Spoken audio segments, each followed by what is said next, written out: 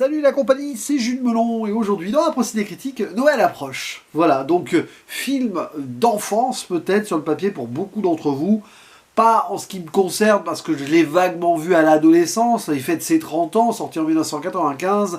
L'Indien du placard en version originale, The Indian in the Cupboard, que l'ami d'ailleurs Charles alias Cinémagique avait traité sur sa chaîne il y a quelques années et ça m'avait donné l'envie à l'époque de le revoir. Il a fallu attendre donc quelques temps pour que je m'y replonge dans cette réalisation de Frank Oz, oui, hein, celui qui avait fait l'excellent remake comédie musicale La Petite Boutique des Horreurs, mais aussi Dark Crystal, donc il sait parler quand même à l'imaginaire et à l'enfance au sens large, sur un scénario de Melissa Matheson, qui avait quand même coécrit E.T. de Spielberg, et aussi Les Talons Noirs, je crois, qu'elle avait un peu géré avant, sur un roman très connu, ou une nouvelle, je ne sais pas, enfin très connu, outre-Atlantique, hein, de Lynn Reed Banks. Voilà.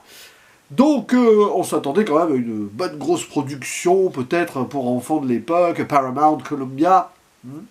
Et au casting, dans le rôle principal de l'enfant qui va découvrir l'Indien du placard, nous avons Hal Scardino, qui a peut-être fait d'autres choses depuis, mais bon.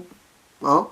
Par contre, pour interpréter ce fameux Indien, je préciserai quand même de quelle origine est ce natif américain par la suite, nous avons quelqu'un qui est, alors c'est son nom de scène, Lightfoot, pour interpréter Ours Rapide. Alors je parle en VF, parce que sinon ça va être compliqué.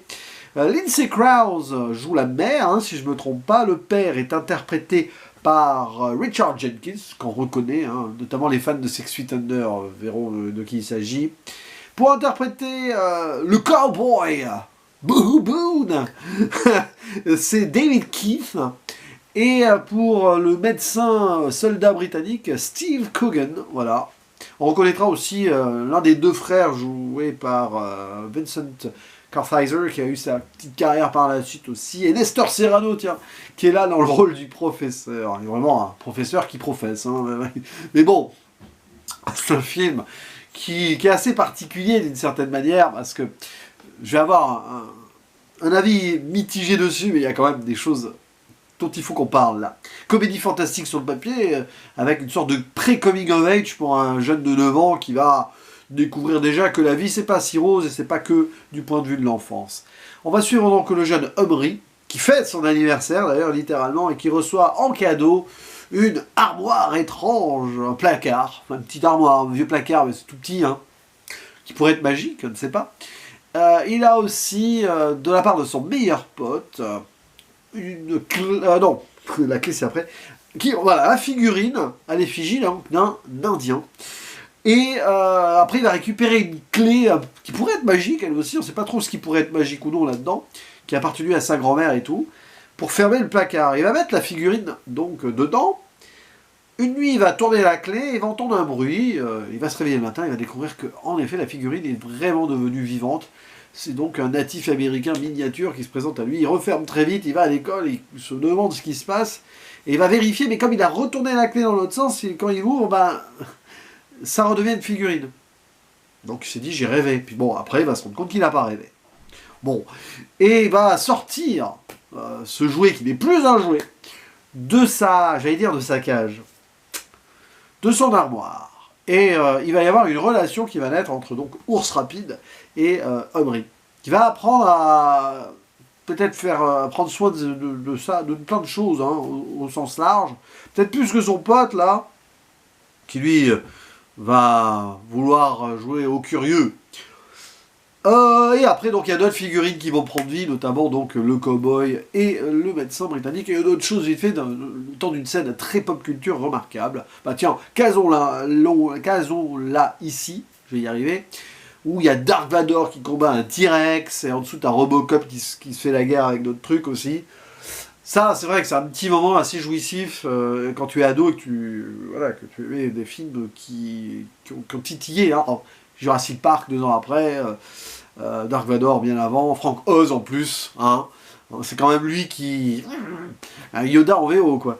Donc, oui, parce que marionnettiste également, enfin bon, ce gars a touché à beaucoup d'artisanat pour faire rêver les plus jeunes. Et là, c'est la grande force du film. Alors, c'est plus effets spéciaux, bien sûr, Alors on a la Kennedy Marshall Company derrière, donc il y a toute cette histoire, hein, forcément. Post-Star Wars et tout, ILM peut-être pas loin, je ne sais pas. Non, peut-être pas. Mais bon, en tout cas, il y a la scénariste d'un Spielberg. Et cette idée, voilà, de jouer avec les ordres de grandeur et ces effets-là pour que ça soit vraiment palpable et réaliste pour l'époque, c'est assez fort. Voilà. Mais bon, vous allez me dire, il y a eu d'autres films avant qui ont joué sur cet ordre-là. On va pas ressortir la litanie de l'homme qui rétrécit. On avait parlé évidemment à la sortie du Yann Kounen il y a quelques temps, mais on va penser à Chérie, j'ai rétréci des gosses, qui est quand même antérieur de 6 ans, je crois. C'était bien géré aussi. Hein. Dans la reproduction des décors, plus que dans les incrustations, mais là on a des incrustations assez remarquables.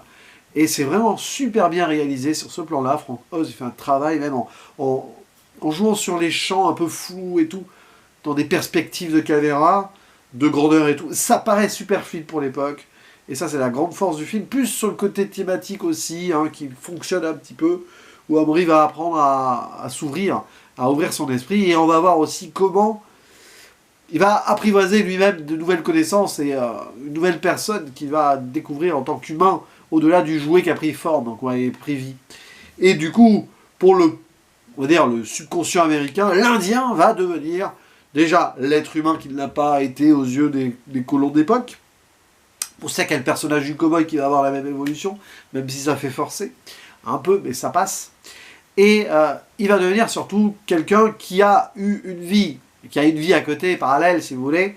Donc c'est un Iroquois, hein, précisons-le. Alors c'est intéressant parce qu'il donne un background qui va être difficilement vérifiable historiquement.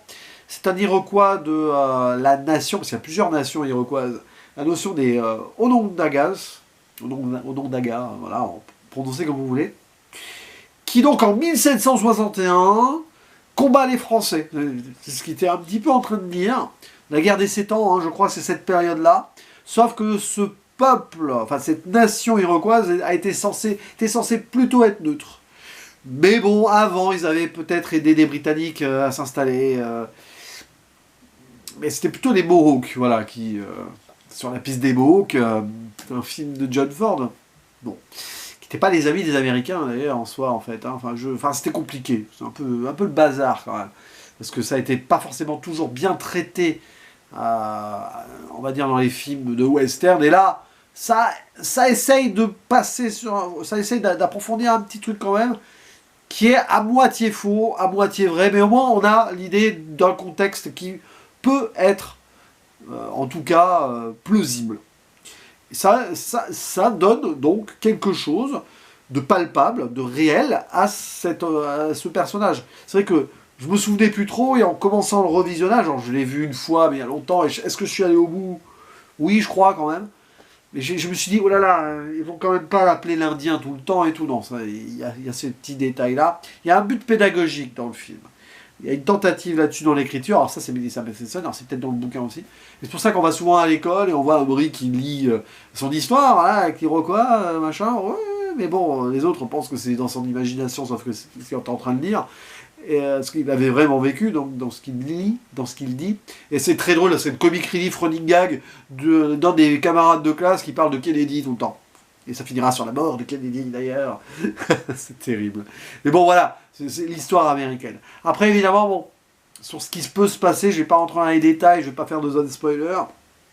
Avec le cow-boy qui change vite, qui évolue trop vite, même dans ce qu'il pourrait. Alors, c'est terrible parce qu'il va faire ami-ami avec l'Iroquois, mais il voit des Apaches à un moment dans une scène de western ou de documentaire reconstitution à la télé.